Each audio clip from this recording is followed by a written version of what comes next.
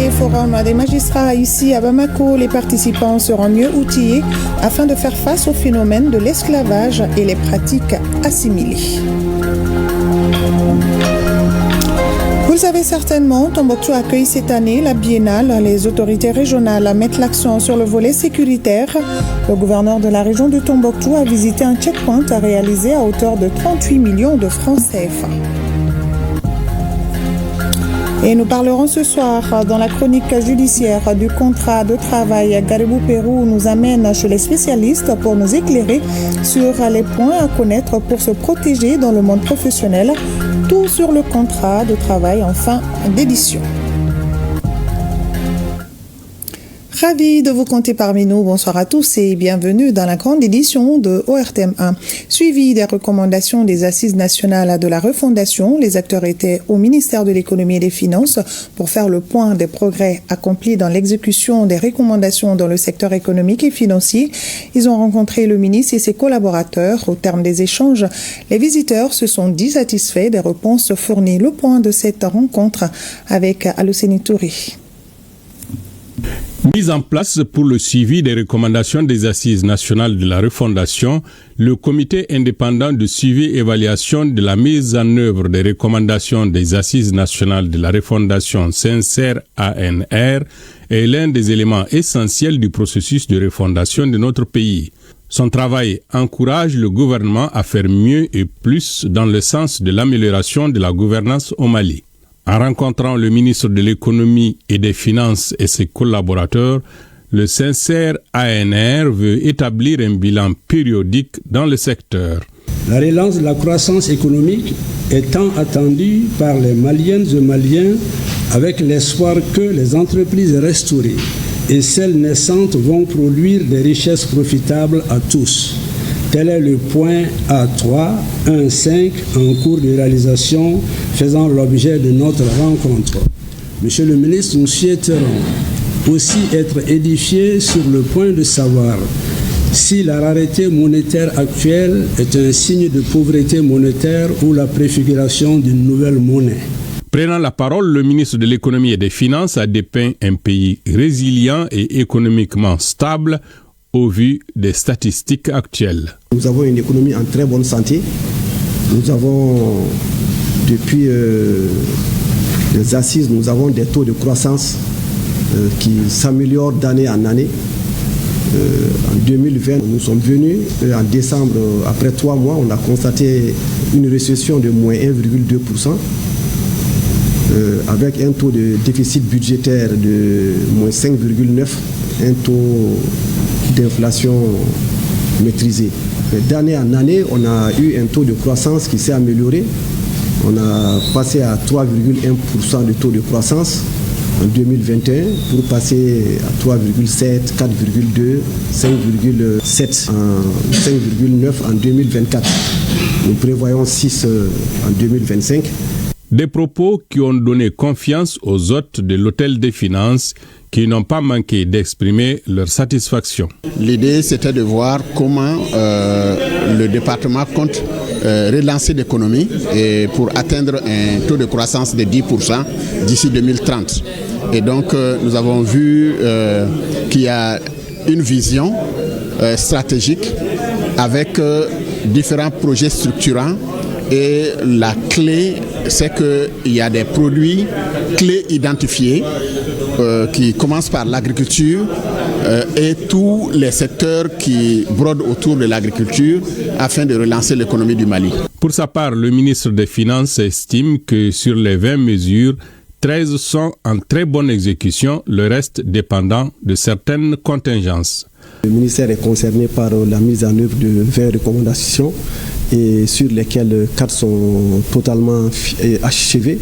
Il y a 13 qui sont les recommandations et dont l'application est permanentes, donc qui sont en cours d'application et dont les résultats sont permanemment là, et parmi lesquels toutes les choses qui sont en lien avec l'efficacité de la dépense, avec l'amélioration des recettes budgétaires, avec un contrôle accru de la bonne gouvernance, la redevabilité. Donc toutes ces questions-là qui sont autour de 13 points de recommandations sont régulièrement mises en œuvre. Il y a 3 donc recommandations qui connaissent quelques difficultés parce qu'ils sont liés à une implication forte de plusieurs secteurs, plusieurs départements. La vision Mali 2063, Mali Kouragna Sraka Ben Samba Flani Biwani Savama, et la stratégie nationale pour l'émergence et le développement durable 2024-2033 ont été bâtis donc sur la base donc de l'existant, sur la base d'une bonne revue documentaire et également sur la base donc des atouts que le Mali a aujourd'hui et sur toutes les orientations qui ont été données à partir des trois principes édictés dans la Constitution. Les membres du CNCR ANR qui ont déjà rendu visite à d'autres acteurs poursuivent dans cette dynamique pour contribuer à asseoir le processus de refondation voulu et demandé par les Maliens. Et parlons également du Forum des magistrats. Pendant 3 jours, ces acteurs seront outillés sur le code pénal et le code de procédure pénale. Cela en vue de mieux faire face au phénomène de l'esclavage et les pratiques assimilées. Plus de détails avec Boubacar Bablin Touré. Le département en charge de la justice et son partenaire OIT, Organisation internationale du travail, dans une dynamique de renforcement des capacités des acteurs de la justice sur les textes des nouveaux codes pénals et codes de procédure pénale. Des textes qui permettront à ces défenseurs des droits de l'homme de mieux lutter contre un certain nombre de phénomènes, ceux de l'esclavage et les pratiques assimilées. C'est à la faveur du Forum des magistrats. À l'instar de cet important forum qui nous réunit ce jour, l'OIT a atteint, entre autres, les résultats ci-après. Accompagnement du gouvernement du Mali à criminaliser l'esclavage dans sa constitution du 22 juillet 2023. Ensuite, à le réprimer avec la traite des personnes et le trafic illicite des migrants dans le nouveau code pénal et le code de procédure pénale du 13 décembre 2024. Financé par l'ambassade des États-Unis au Mali, le thème retenu est Code pénal et code de procédure pénale, texte sur l'organisation judiciaire avec un focus sur l'esclavage et les pratiques assimilées, la traite des personnes et le trafic des migrants. La lutte contre l'esclavage et la traite des êtres humains n'est pas seulement un défi juridique ou institutionnel, c'est un impératif moral. Cette lutte demande les efforts collectifs des gouvernements, des organisations internationales et la société civile et des individus. Cet atelier est l'occasion de réfléchir ensemble aux enjeux spécifiques auxquels nous sommes confrontés, de partager nos meilleures pratiques et de renforcer notre collaboration avec la société pour réprimer, afin de bouter hors de notre pays ces pratiques inhumaines, cruelles et dégradantes liées à l'esclavage, à la traite des personnes et au trafic des migrants. Ce forum qui regroupe les magistrats, les acteurs de la justice et les défenseurs des droits de l'homme va durer 3 jours. 48e session du conseil d'administration de l'Agence malienne de presse et de publicité. Cette session a permis aux administrateurs de faire le point de la structure dans un contexte de réforme majeure. Malgré les difficultés, le ministre de la Communication, de l'Économie numérique et de la modernisation de l'administration a salué le travail accompli par la direction générale de l'AMAP. Le reportage de Awama Kamara. C'est l'un des derniers bastions de l'impression publique au Mali. Depuis plus de 60 ans, l'agence malienne de presse et de publicité tourne sans relâche. Journaux, bulletins, affiches officielles. Ici se trouve une grande partie de la mémoire écrite du pays. À l'heure du renouveau, elle continue d'assurer une mission essentielle malgré les mutations technologiques, produire et diffuser l'information publique, et cela malgré les défis. C'est dans ce contexte que se tient la 48e session ordinaire du conseil d'administration de l'AMAP. L'AMAP, tel que le souhaitent les autorités, c'est véritablement de continuer à jouer son rôle en tant que structure dans un contexte aujourd'hui, en 2025, de guerre d'information et de communication. Et c'est ça que les administrateurs rappellent à chaque fois quand ils se réunissent, notamment lors de cette 48e session, même si elle est beaucoup plus axée sur le budget, notamment l'exécution du budget 2024. Il n'en demeure pas moins que chaque fois que les administrateurs se retrouvent, c'est un moment pour eux de recentrer les choses pour leur structure qu'est la MAP et surtout de lui fixer des objectifs qui tiennent compte des défis du moment.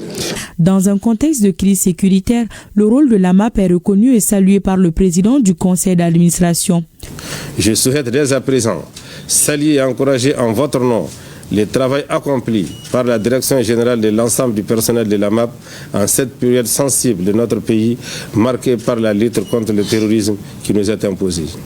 C'est le lieu de reconnaître les efforts de la MAP à travers le quotidien national L'Essor, l'agence malienne nationale de presse communautaire avec Kibarou, Kabarou et Kibari, l'ensemble des plateformes digitales pour la couverture massive et la qualité des activités qui sous-tendent l'action publique et l'engagement des forces armées et de sécurité. Conformément au plan triennal de la direction générale, la MAP s'est engagée dans une vaste réforme visant à répondre aux attentes des autorités de la transition. Parmi ces réformes, la relance du magazine d'information mensuel, dont le numéro du mois de juillet fait un zoom sur la campagne agricole 2026. Des réformes soutenues par une volonté politique qui s'est traduite par une augmentation légère du budget de l'agence. Les administrateurs sont donc appelés à faire le point d'exécution de l'exercice 2024. Le budget de l'AMA pour l'exercice 2024 a été adopté par la 45e session ordinaire du conseil d'administration pour un montant de 2 300 67 000 francs CFA contre 2 281 737 millions de francs CFA en 2023, soit une augmentation de 18 333 francs CFA pour un taux d'augmentation de 0,80%. Ce budget cumule la subvention de l'État et des ressources propres approuvées par arrêté du ministre de l'économie et des finances en juin 2024. S'agissant de la subvention de l'État, à la date du 31 décembre 2024, le montant notifié est de 548 400 000 francs CFA, sur lesquels 545 664 817 francs ont été liquidés, soit un taux de 99,49%. La MAP a un passé glorieux, un présent et le futur se dessine avec optimisme afin de contribuer à la refondation du Mali. Première session du comité de pilotage du projet d'appui à la décentralisation de l'éducation au Mali. Le plan de travail et le budget de 2025 sont entre autres points soumis aux membres du comité de pilotage. Reportage à Sokona Kamisoko. Le projet PADEM, projet d'appui à la décentralisation de l'éducation au Mali, désormais dans sa phase active. Après son lancement en mars 2025, les parties prenantes se prononcent sur le plan de travail budgétaire 2025. C'est à la faveur de la première session de son comité de pilotage. Le PADEM n'est pas seulement un projet. Il est le fruit d'une volonté partagée de rapprocher l'école des communautés, de renforcer les capacités des collectivités territoriales dans la gestion de l'éducation et de créer un cadre cohérent pour une collaboration entre tous les acteurs, de l'État central jusqu'aux acteurs locaux.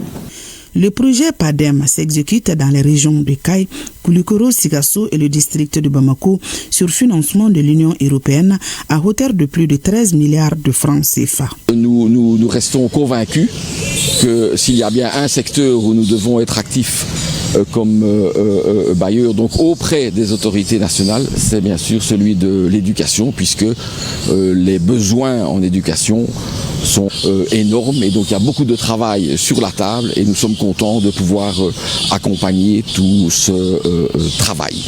Nous savons tous combien les défis de l'éducation sont immenses et combien la décentralisation peut représenter une opportunité pour y répondre de façon durable. En rapprochant les centres de décision des communautés éducatives en impliquant davantage les collectivités territoriales et en valorisant les efforts conjoints de l'État, des partenaires et de la société civile pour créer les conditions d'un développement harmonieux du secteur éducatif au Mali. Le projet PADEM s'étend sur 4 ans. Pour la réalisation du plan de travail élaboré pour l'année en cours, les administrateurs examinent les documents à eux soumis avant de procéder à la validation. Œuvre sociale du président de la transition et parlons de cette remise officielle des lampadaires solaires installés sur certaines grandes artères du district de Bamako. Cette remise concerne l'axe boulevard de l'Indépendance, école de la République jusqu'au pied de la colline de Koulouba. Reportage Ibrahim Kaoukonate et Tayeb Adjaouyakoy. L'installation de lampadaires solaires sur certains axes routiers de la capitale fait de Bamako une ville lumière. Cette grande ambition des autorités commence à se réaliser grâce aux efforts du président de la transition, le général d'armée Assimi Goïta, à travers ses œuvres sociales. Il s'agit de l'axe boulevard de l'Indépendance, l'axe Tour de l'Afrique, l'axe Suleiman Bougou, du rond-point Hippodrome et enfin du monument Cabral à Lafiabougou. Je voudrais encore une fois de plus réitérer au nom de la mairie du district et des populations de la capitale nos sincères remerciements à son Excellence le général d'armée Assimi Goïta, président de la transition, chef de l'État, pour cette nouvelle importante contribution à l'embellissement et la sécurisation de notre capitale à travers l'éclairage de plusieurs avenues en lampadaires solaires. Ces éclairages en lampadaires solaires viennent à la suite de l'éclairage de certains axes qu'on a déjà fait. L'opération va continuer, Inch'Allah. Le président de la transition, on sait que ici, au boulevard de l'Indépendance, c'est un axe vraiment fréquenté. Nous constatons aujourd'hui même que les gens sont en train de faire du sport même là-dessus parce que c'est éclairé, donc dans la sécurité. On appelle les sociétés, les mécènes à la solidarité, à imiter le président de la transition pour que Bamako soit plus belle, soit plus sûre et que les riverains soient dans la sécurité. Le ministre de l'Énergie et de l'Eau se propose d'accompagner les efforts du président de la transition par un suivi permanent et technique des installations. Nous voulons remercier d'abord le président pour ses actions salutaires en faveur des populations de Bamako, mais particulièrement aussi en faveur de la mairie et de la police.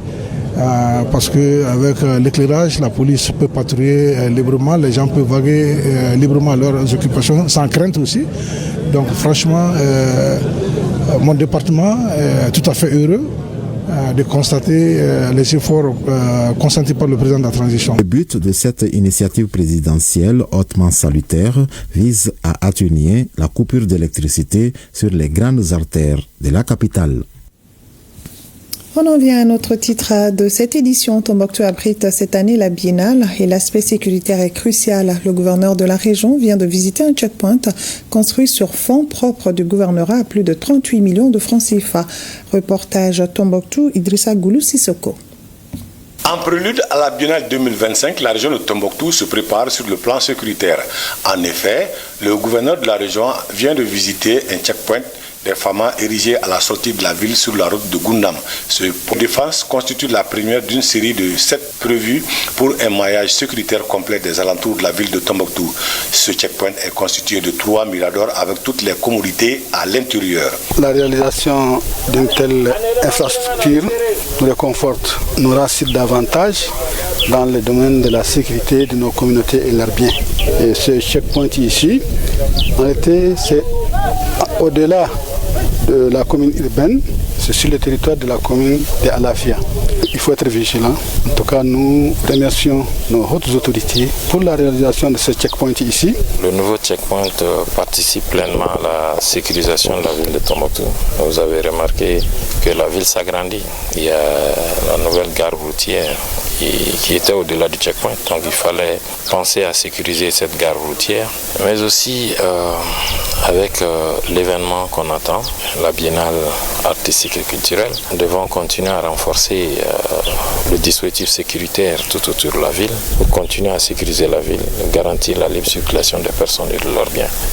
Il a été réalisé grâce au concours du gouverneur de la région de Tombouctou. Le gouverneur de la région a salué l'engagement des plus hautes autorités et salué les FAMA pour leur sacrifice au quotidien pour la sécurisation des personnes et de leurs biens dans la région. Ces nouveaux checkpoints, il faut le dire, a été conçu par les FAMA. La conception a été faite par les FAMA. On se rend compte que ces checkpoints répondent aux normes de défense et d'attaque. Autrement dit, ces checkpoints est en mesure de se défendre pendant un bon moment. Et il a coûté au budget régional un montant de 38 millions de francs CFA. Nous devons en réaliser encore. Je profite de cette occasion pour remercier les autorités de la transition, aussi pour remercier et féliciter les FAMA dans la région de Tombouctou sous le commandement engagé et patriotique du colonel Sédou Niangano.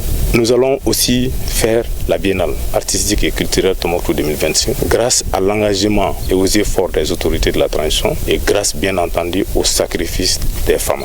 Dans les jours à venir, les autres composantes des forces de défense et de sécurité rejoindront le site pour plus de sécurisation. 200 millions de francs CFA, c'est l'appui du Fonds d'appui à l'autonomisation de la femme et à l'épanouissement de l'enfant et Qatar Charity. Cette enveloppe permettra de mettre à la disposition des bénéficiaires des équipements roulants et des matériels de production. Et nous retrouvons Sokona Kamisoko. Ce sont plus de 100 femmes issues des régions de Koulikoro, Sikasso, Ségou et du district de Bamako qui bénéficient ainsi des équipements de transformation agroalimentaire et de transport, des machines à coudre, des moulins, des tables scolaires pour un coût estimé à plus de 200 millions de francs CFA. Ces matériels répondent aux besoins essentiels, à savoir soutenir les activités génératives de revenus des femmes, faciliter la mobilité et l'inclusion des personnes en situation de handicap, améliorer l'environnement d'apprentissage des enfants, renforcer l'autonomisation énergétique des ménages et structures.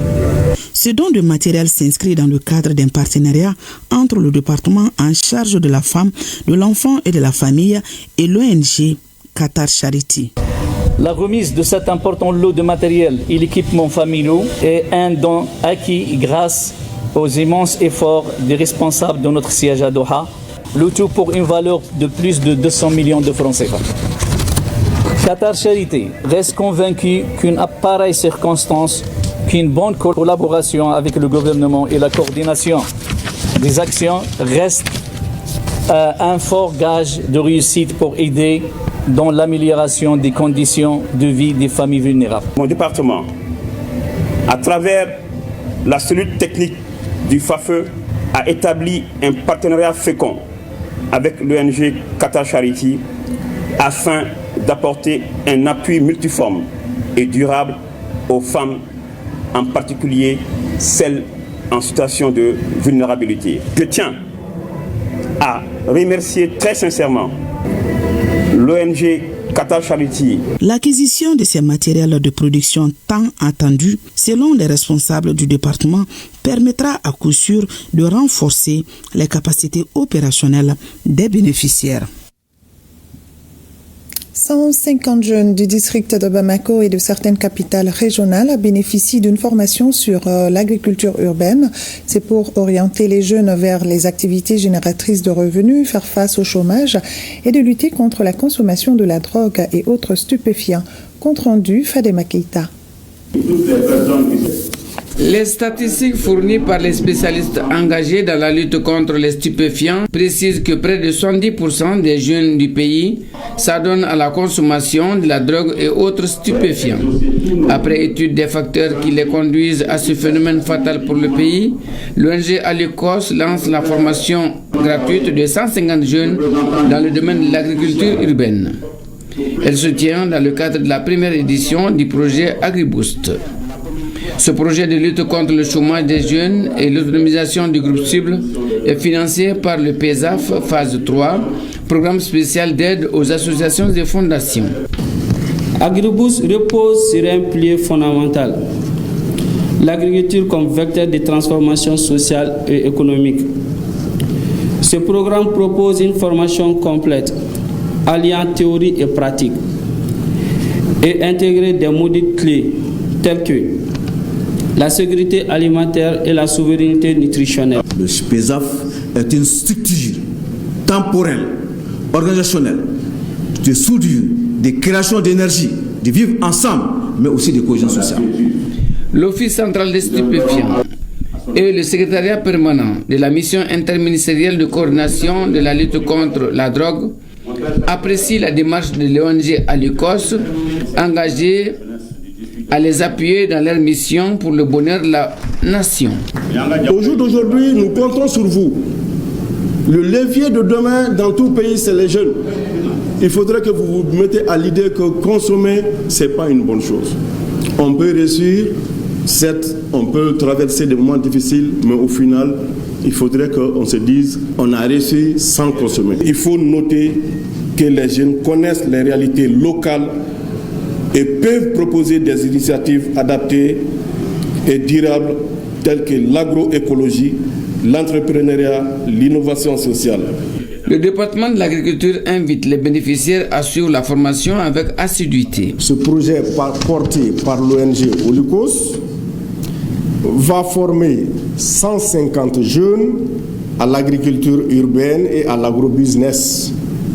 Il leur donnera des compétences et de l'espoir pour l'avenir de notre pays. Ce projet porteur pour la jeunesse de l'ONG Alicos est une réponse cruciale dans la lutte contre le chômage et la consommation des stupéfiants dans notre pays. Et justement sur la consommation de la drogue, ce communiqué de l'Office central des stupéfiants qui tient à apporter une clarification importante suite à une erreur de formulation relevée dans certaines déclarations publiques reprises dans les médias selon laquelle 70% des jeunes maliens seraient des consommateurs de drogue. Cette affirmation est erronée et ne reflète en aucun cas les données officielles issues des opérations de lutte contre la drogue au Mali. Il convient donc de préciser qu'il s'agit en réalité d'une mauvaise interprétation d'une analyse statistique portant sur les personnes interpellées dans le cadre des activités de JOCS. Selon les données disponibles, 70% des personnes interpellées pour consommation de drogue sont des jeunes âgés de 15 à 45 ans, 25% des consommateurs interpellés sont des femmes et 5% sont des personnes âgées. Il ne s'agit donc nullement d'une proportion de la population malienne globale, mais bien d'une répartition démographique des consommateurs de drogue interpellés par les services compétents. L'OCS appelle les médias, les partenaires et le grand public à plus de prudence dans l'usage des données sensibles liées à la lutte contre le trafic et la consommation de stupéfiants. Une communication rigoureuse est essentielle pour éviter toute confusion ou stigmatisation injustifiée. Fait à Bamako, le 15 juillet 2025, le directeur de l'OCS, colonel-major Fousseini Keita, chevalier de l'Ordre national. Les membres du comité de suivi des contrats plans État, région ou district sont à Bamako. Ils échangent sur le projet de catalogue, un document de communication et les acquis des 10 ans de collaboration avec l'État. Les difficultés seront recensées afin de proposer des solutions. Batraoré pour le reportage. Cela fait déjà 10 ans que l'État et les collectivités territoriales travaillent sous la base du CPR2, contrat plan État, région ou district. Ce document est loti des références qui engagent les régions, les collectivités associées et l'État sur une période donnée en termes de programmes de développement. La session du comité de suivi des contrats plans État, région ou district est une réunion statutaire qui se tient chaque semestre. Nous avons élaboré un catalogue qui permet à chaque région de pouvoir mettre en exergue ce qui a pu être fait dans le cadre de ce contrat plan État-région. Donc ce catalogue va être partagé, nous allons passer en revue le catalogue, nous allons valider le catalogue et nous allons nous engager, bien sûr, sous les directions du ministre de l'administration territoriale et de la décentralisation, à éditer les catalogues et à les rendre accessibles. Cette deuxième session du comité de suivi du CPR2 au titre de l'exercice 2025 se penche sur le bilan de la collaboration entre les régions ou districts et l'État. 29 milliards de francs CFA qui ont été mobilisés par l'État, par la collectivité territoriale. Sur les 29 milliards de francs CFA qui ont été mobilisés par la collectivité territoriale, vous avez 18 milliards qui ont été mobilisés par l'État. Et environ 7 milliards qui ont été mobilisés par la collectivité territoriale. Tout ce qui a pu être fait dans la région de Ségasso aujourd'hui en termes d'infrastructures pour aménager, pour accompagner la filière pomme de terre, qui contribue aujourd'hui à créer ce qu'ils appellent une chaîne de valeur avec la chaîne de froid, avec des magasins de stockage. Tout ceci ont été réalisés dans le cadre des contrats plan État-région. En termes de résultats, aujourd'hui, nous pouvons dire que le contrat plan État-région a été une occasion pour les conseils régionaux, les collectivités, d'abord d'asseoir leur leadership. Donc c'est un résultat probant. Et également qu'on peut faire confiance aux collectivités territoriales en les confiant la maîtrise d'ouvrage de certaines infrastructures qui viennent des populations. Initialement réservée à 9 membres, la session du comité de suivi des contrats plans État, région ou district a été élargie cette fois-ci à toutes les régions dans le souci d'un large partage d'idées favorisant le développement local. La 4e cohorte de l'école de la citoyenneté au mémorial Modibo Keïta, les visiteurs ont découvert les œuvres du premier président du Mali indépendant, Modibo Keïta. Ils ont été également édifiés sur certaines valeurs citoyennes qu'incarnait le père de l'indépendance. Plus de détails avec Bokari Koulibaly. Entrée en scène remarquée pour la 4e cohorte de l'école de la citoyenneté. Ce jour-là, les pensionnaires quittent les palais des pionniers, direction le mémorial Modibo Keïta. Une sortie touristique qui ravit particulièrement les participants venus du Burkina Faso et du Niger. Pour eux, c'est une première visite dans ce haut lieu de mémoire.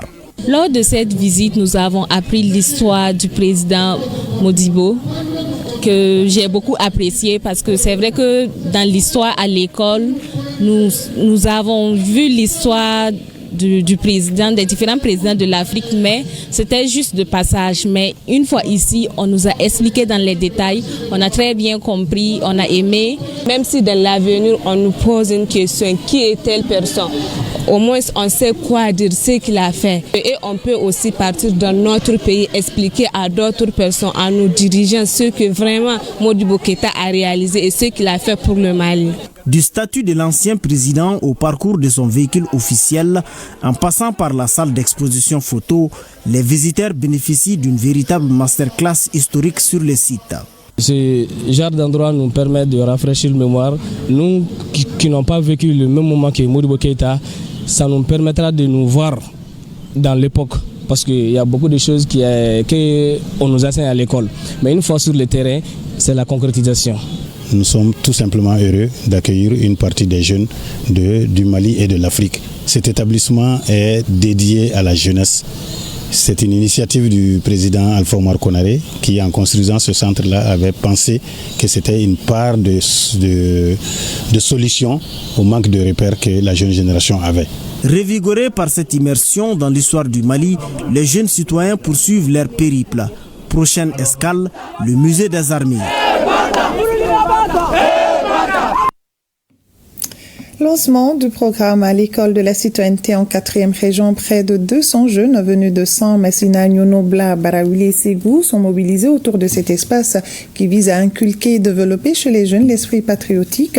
Même exercice à Tombouctou. Reportage Amidou Diallo et Bakari Traoré au RTM Ségou et Najim Baba Sissé au RTM Tombouctou.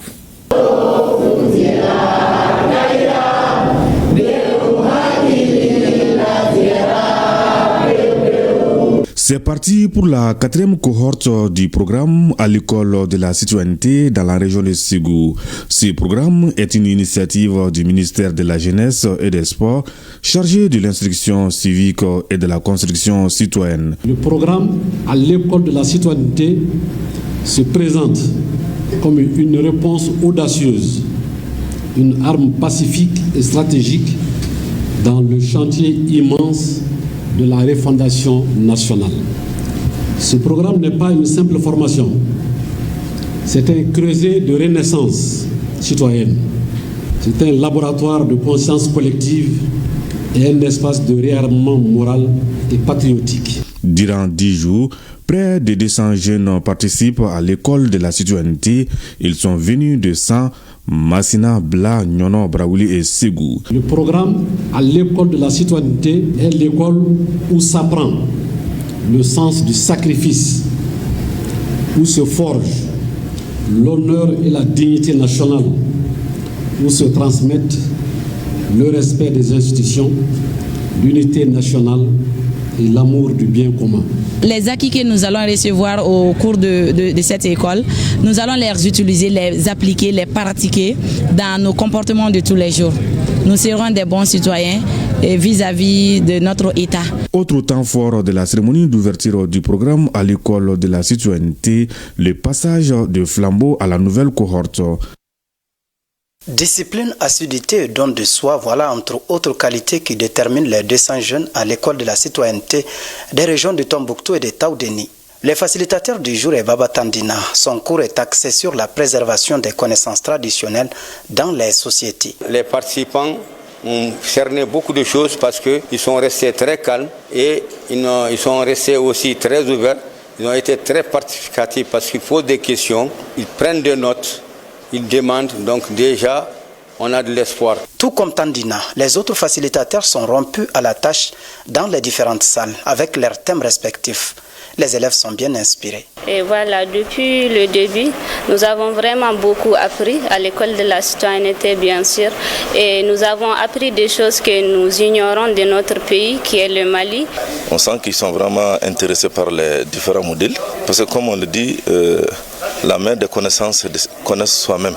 Donc c'est pourquoi il faut créer cette conscience patriotique chez ces enfants. C'est connaître le pays, connaître le Mali. Dans le souci de s'assurer du bon déroulement des cours et recueillir les besoins des jeunes, le gouverneur Bakoun Kanté s'est rendu au centre et échangé longuement avec les apprenants, tout en répondant à leurs questions de compréhension sur des sujets divers. Depuis que je suis arrivé aussi ce matin, ils nous posent des questions de compréhension sur beaucoup de sujets, les sujets qui ne sont pas là, mais ça renforce encore leur citoyenneté, ça renforce leur connaissance sur l'État, ça renforce leur connaissance sur la région de Tombouctou. Et du coup, ils seront très engagés à nouveau pour l'État, pour la défense de l'État, pour la défense du pays, pour la défense de la région de Tombouctou, en appui aux forces de défense et de sécurité que je salue ici. Cette cohorte pilote du programme à l'école de la citoyenneté qui se déroule à Tombouctou vise à faire de ces jeunes Maliens des citoyens modèles, bien outillés à faire face aux multiples défis de l'heure dont le pays fait face.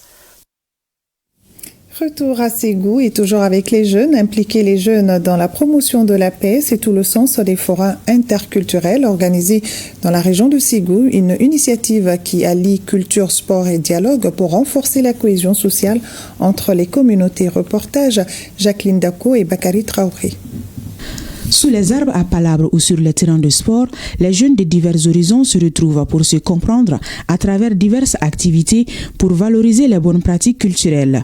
Des activités menées à travers la région de Ségou dans le cadre du projet Renforcement de la cohésion sociale dans les communautés maliennes par des actions culturelles et sportives, des forats interculturels, des compétitions sportives et des animations culturelles ont permis de valoriser les mécanismes traditionnels de gestion des conflits. Le projet s'appuie spécifiquement sur les activités culturelles et sportives. Les activités que le projet a réalisées sont vraiment à hauteur de souhait et je pense que lors de nos activités passées, les participants ont eu à dire que vraiment le projet a eu un impact considérable sur leur façon de vivre parce qu'on cherche le vivre ensemble, la cohésion et la paix au Mali et on a eu des retours assez satisfaisants et vraiment je pense que c'est vraiment une bonne chose parce que ça amène en fait, ça renforce la paix. Le projet qui tire à sa fin enregistre des résultats tangibles, des jeunes mieux engagés, des espaces de dialogue renforcés. Nous en tant que collectivité d'ores et déjà, nous leur retirons notre disponibilité et notre engagement à œuvrer et à pérenniser les acquis qu'on a pu faire. Et surtout la journée d'aujourd'hui qui est censée faire un forum pour capitaliser l'ensemble des bilans, nous en ferons bon usage. Après 3 ans de mise en œuvre du projet, Les jeunes sont désormais mieux outillés, les communautés reconnectées et un dialogue relancé à travers la culture et le sport. Les acteurs s'engagent désormais à consolider les acquis au-delà du projet. Et la région de Kaye-Kita vient de bénéficier d'un nouveau projet dénommé Programme Pistes et Infrastructures pour la Paix. Il est financé à hauteur de plus de 6,5 milliards de francs CFA. ORTM Kita, Mahamadi Aliou Bari. Plus de 6,5 milliards de francs CFA sur le coût du nouveau projet qui vient d'être lancé dans la région de Kita.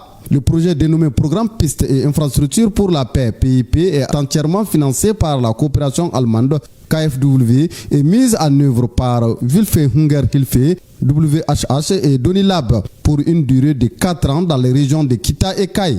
Je crois qu'il y a beaucoup de projets structurants qui sont dans ce programme. C'est un programme qui est très structurant, un programme de développement local. C'est un programme ouvert, Pistes et Infrastructures pour la Paix, qui va se dérouler au fait dans les 14 communes qu'on vient de cibler à Kaye et à Kita, avec 70% des consommations budgétaires au niveau de la région de Kita pour renforcer l'autorité locale de la nouvelle région de Kita. Un des objectifs du projet est de contribuer à la stabilisation des régions sud du Mali à travers le développement économique par le biais de construction des pistes rurales, infrastructures économiques, des investissements dans les activités génératrices de revenus. Je voudrais saisir cette occasion pour réaffirmer la constante volonté de la République fédérale d'Allemagne à s'engager auprès du peuple malien dans ses inlassables efforts de recherche de la paix, de renforcement de la cohésion sociale, de stabilisation et de développement. Au nom des plus hautes autorités du Mali, en l'occurrence son Excellence le Premier ministre, ministre de l'administration territoriale et de la décentralisation, je voudrais exprimer ma gratitude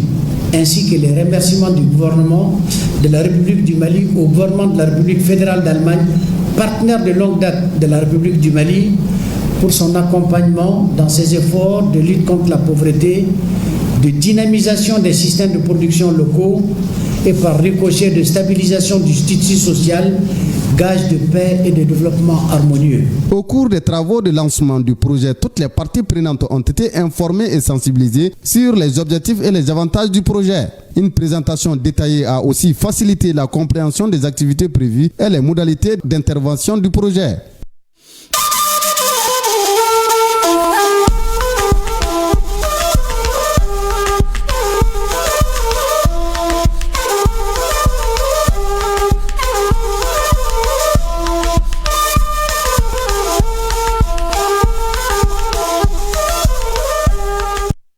Actualité AES au Mali, dans la région de Djoila, la population soutient les efforts de la transition et salue l'initiative de la Confédération des États du Sahel.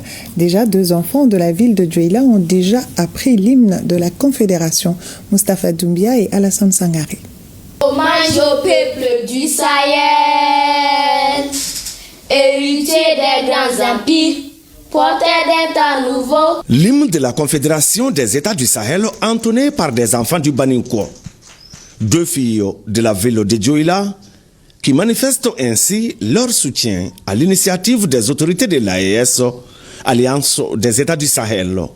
Les 3 couplets et 2 refrains de Sahel Benkan sont bien maîtrisés par Assetou Modibo Mariko et sa sœur Fatoumata Modibo Mariko. Un jour, ma mère regardait son téléphone et j'ai entendu, elle s'entraînait à chanter l'hymne de l'AES. Et moi, je lui ai dit que moi aussi, je vais m'entraîner. Et ma petite sœur est venue pour s'entraîner à le faire aussi. Peuple de l'AES, intrépide et souverain, par le verbe et par les âmes, brise les chaînes qui te tiennent pour que tes richesses se reviennent. Et que scintille l'esprit fertile de l'Afrique. J'aime cette confédération parce que je veux que toute l'Afrique soit réunie comme un seul pays. Les 2 enfants âgés de 12 et 7 ans montrent la voie à suivre par la jeunesse pour que l'AES demeure un signal fort pour cette jeunesse, mais aussi pour tous les citoyens de l'AES. Nous sommes tous déterminés, résilients et unis pour que l'AES demeure. Les parents aussi doivent s'entraîner. L'hymne de l'AES est une résilience au brave peuple de l'AES. L'AES, c'est l'union des 3 pays, le Mali, le Burkina et le Niger. Je suis très émue de voir ces enfants-là chanter l'hymne de l'AES parce que ça veut dire que le but que nous cherchons, ça va aboutir à quelque chose. Assetou et Fatoumata sont élèves en classe de 8e et 2e année de l'enseignement fondamental. Leur initiative va certainement inspirer plus d'un. Soldats, nous les sommes tous déterminés.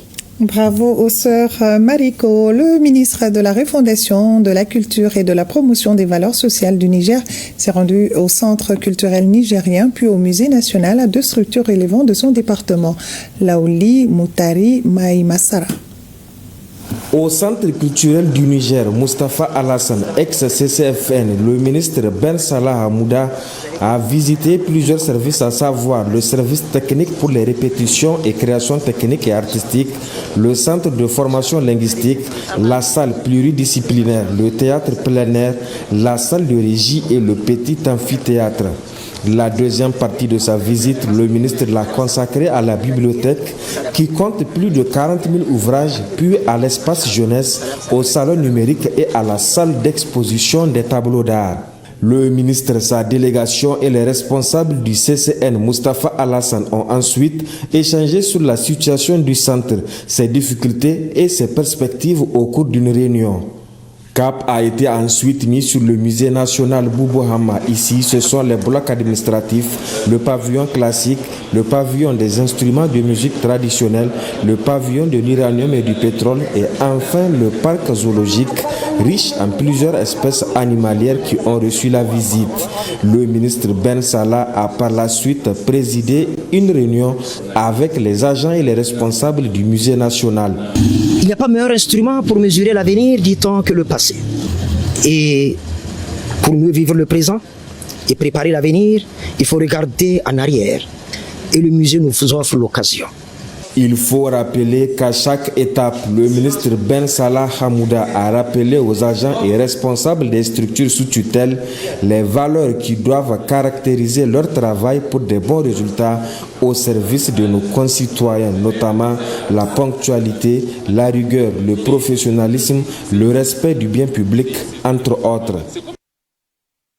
Visite inopinée du ministre de la Santé burkinabé dans des centres sanitaires de Bobo-Dioulasso pour voir comment la garde est organisée, mais aussi encourager les agents qui travaillent pour le bien-être des populations.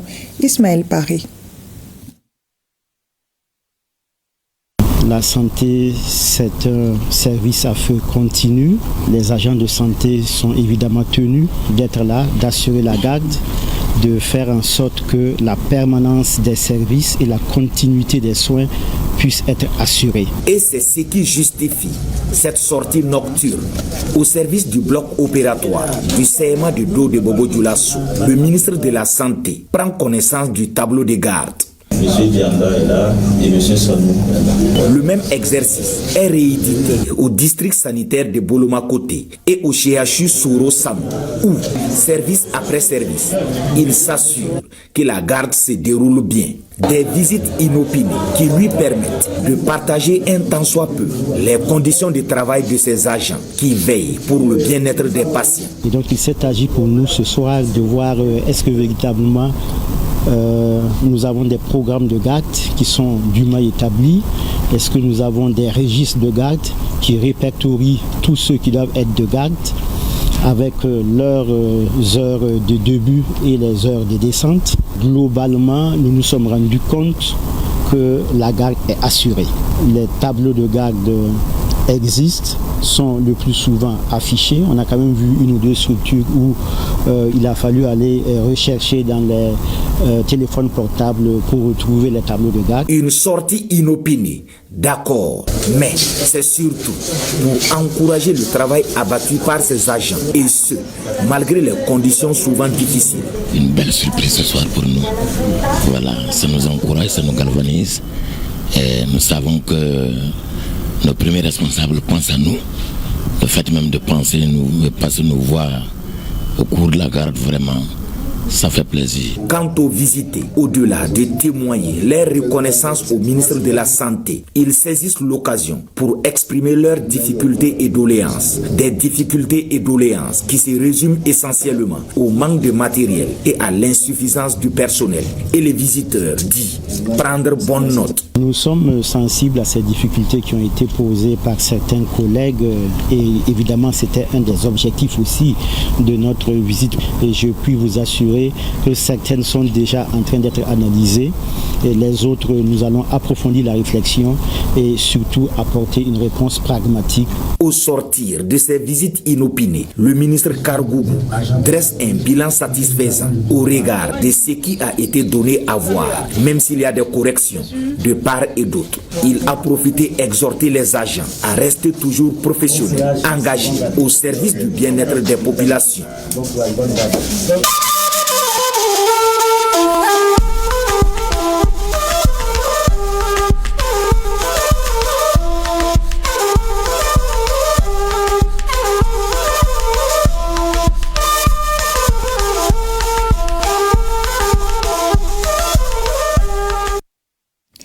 Contrat de travail, la chronique judiciaire s'y intéresse. Il détermine les droits et obligations de l'employeur comme du salarié. Que dit la loi malienne sur la nature et l'objet d'un contrat de travail? Quels sont les pièges à éviter avant de signer? Maître Gakou nous donne plus de précisions pour mieux se protéger dans le monde professionnel. Chronique judiciaire avec Garibou Pérou et Adama Kamara. Dans toute relation de travail, qu'elle repose sur un accord écrit ou verbal, le contrat constitue le socle juridique. Il s'agit d'un engagement par lequel une personne met son activité à la disposition d'un employeur contre rémunération. Ces liens de subordination encadrés par le droit exigent clarté, transparence et protection. La loi de août 1992 portant le Code du travail au Mali, qui a été modifiée par 3 lois successives et qui définit le contrat de travail comme une convention par laquelle un salarié met son engagement professionnel contre rémunération au service d'un employeur sous l'autorité et la direction de cet employeur. Donc pour qu'il y ait contrat de travail, il faut qu'il y ait des conditions cumulatives. Il faut un lien de subordination, il faut qu'il y ait une rémunération et il faut qu'il y ait une activité qui est donnée par le salarié à l'employeur sous cette direction-là. S'il est possible de conclure un contrat de manière verbale, la rédaction d'un document écrit demeure fortement recommandée. Pour les salariés, c'est une garantie contre l'arbitraire et pour l'employeur, c'est un outil de gestion et de protection juridique. L'existence du contrat se justifie par la nécessité de preuve en cas de saisine des juridictions par la suite, en cas de licenciement, en cas de difficultés ultérieures qui surviennent. Il est important qu'il y ait un écrit. Le droit du travail reconnaît plusieurs formes de contrat. Chaque formule obéit à des règles en matière de durée, de renouvellement et de rupture. Il y a autant de contrats de travail qu'il peut y avoir d'activité. Dans n'importe quel domaine. En droit minier, il y a des contrats de travail. Dans le domaine de l'hydrocarbure, en matière de télécommunication, il y a autant d'objets de contrat qu'il y a d'activité. La fixation du salaire est en principe libre sous réserve du respect du traitement légal en vigueur. Quand un salarié vient avec des années d'expérience, avec des compétences qu'il a plus que d'autres, il peut négocier son contrat et essayer d'augmenter le montant de la rémunération. Voilà. Sachant que le SMIC, le salaire minimum d'insertion garanti au Mali est de 40 000. Donc en fonction du domaine d'activité et de la catégorie professionnelle, le contrat, la rémunération est négociée sur cette base-là. Un contrat de travail peut évoluer, mais quant à la rupture, elle obéit à des procédures. La modification peut venir des deux parties. Toutefois, pour que la modification soit légale, il faut qu'elle soit consentie. Il ne peut pas venir dire, bon, finalement, je modifie ton salaire. Ton salaire passe de tel montant à tel montant. Si c'est une augmentation, il n'y a pas de problème. Le salarié va accepter avec plaisir. Mais s'il s'agit d'une diminution, ce qui n'est même pas possible, ou d'un changement de lieu de travail, il y a une obligation d'obtenir le consentement du salarié. Autrement, on va qualifier cela d'un licenciement déguisé. La résiliation est évidemment possible puisqu'on ne peut pas rester engagé ad vitam aeternam. Mais les conditions de résiliation sont bien encadrées par la loi. Par exemple, parce que les contrats sont différents. Il y a différents types de contrats de travail. Pour un contrat de travail à durée déterminée, à la fin du terme, à l'arrivée du terme, à l'échéance, le contrat prend fin naturellement, sans autre condition, parce que durée déterminée. En s'agissant d'un contrat à durée indéterminée, si la rupture est à l'initiative de l'employeur, c'est-à-dire que la rupture est imputable à l'employeur, à ce moment-là, on parle de licenciement. Si la rupture est imputable au salarié, si c'est le salarié qui décide, bon, aujourd'hui, je ne me sens pas bien, je n'ai plus envie de travailler dans cette entreprise, dans ces conditions-là, à ce moment-là, on parle de démission. En plus de la démission et du licenciement, la loi prévoit également la rupture conventionnelle, qui est une rupture d'un commun accord entre les deux parties. Tout employeur a l'obligation d'affilier son salarié à un régime de sécurité sociale. Cette affiliation garantit aux travailleurs l'accès aux prestations sociales. Il y a une obligation d'affiliation qui fait qu'on prévoit les vieux jours du salarié on prépare sa retraite. Cette affiliation prévoit qu'un montant est retiré sur la rémunération brute du salarié qui va être reversé à l'assurance. Et du côté de l'employeur également, il y a un montant qui est reversé pour préparer la retraite ou en cas de maladie. Le contrat doit être lu au préalable, avant la signature du contrat, d'où le besoin de recourir à un professionnel, à un avocat, pour faire en sorte qu'il y ait un contrat équilibré dès le départ, avant la signature du contrat. Le contrat de travail ne se résume pas à une formalité administrative. Il est un instrument de justice sociale et un vecteur de confiance mutuelle. En connaître les concours, c'est se donner les moyens d'agir et de se protéger dans un monde du travail en constante mutation. Un mot de sport à présent. CAN féminine Maroc 2024. Avant leur match de la 3e journée de groupe, les Aigles Dames ont été battus 4-0 par les Sud-Africaines. Envoyés spéciaux au Maroc, Assa Soumaré et Oumar Traoré. Dans cette rencontre, les Sud-Africaines ont montré une maîtrise totale, inscrivant 2 buts par période. Le premier but est venu dès la 5e minute, un coup de grâce qui a mis le Mali sous pression dès le départ. Les Sud-Africaines corsent l'addition à la 32e minute, consolidant leur domination avant la pause. En seconde période, l'Afrique du Sud n'a pas relâché son emprise sur le jeu. 2 nouveaux buts ont été marqués à la 61e minute et à la 79e minute, portant le score à 4-0. C'était face à une équipe sud-africaine redoutable. Et c'est vrai, nous n'avons pas pu apporter ce qu'il faut pour pouvoir avoir le résultat escompté. Cette défaite malienne profite aux Ghanéennes qui ont remporté leur match contre la Tanzanie par 4-1. Le Ghana se classe 2e du groupe C avec 4 points plus 1, derrière l'Afrique du Sud 7 points et devant le Mali 4 points moins 3. Le Mali se qualifie en tant que meilleur 3e pour le prochain tour. Tant bien que nous avons d'autres objectifs, qui est d'aller chercher et de jouer les quarts de finale déjà. Psychologiquement, cela nous réconforte et je pense que nous allons nous préparer après cette défaite et préparer les quarts de finale. Aucun match n'est facile, mais moi je suis très optimiste par rapport aux chances de qualification de nos aigles pour les demi-finales. Je tiens à remercier les supporters maliens, les Maliens établis ici au Maroc qui se sont mobilisés massivement depuis le début de la compétition. Remerciements aussi vont à l'encadrement technique et au gouvernement du Mali à travers le ministère des Sports, ponctué par des matchs amicaux qui ont aidé l'équipe dans la préparation de cette importante compétition. En quart de finale, la sélection nationale féminine du Mali affrontera celle du Maroc, hôte de la compétition. Une rencontre qui aura lieu vendredi prochain à Rabat. Voilà l'essentiel de l'information de ce mardi. Merci à vous de l'avoir suivi. À demain, même heure, même plateau, Dieu voulant. Nos grands-pères disaient qu'une vision qui ne s'accompagne pas d'action n'est qu'un rêve. Une vision suivie d'action peut changer le monde. Bonne fin de soirée à tous.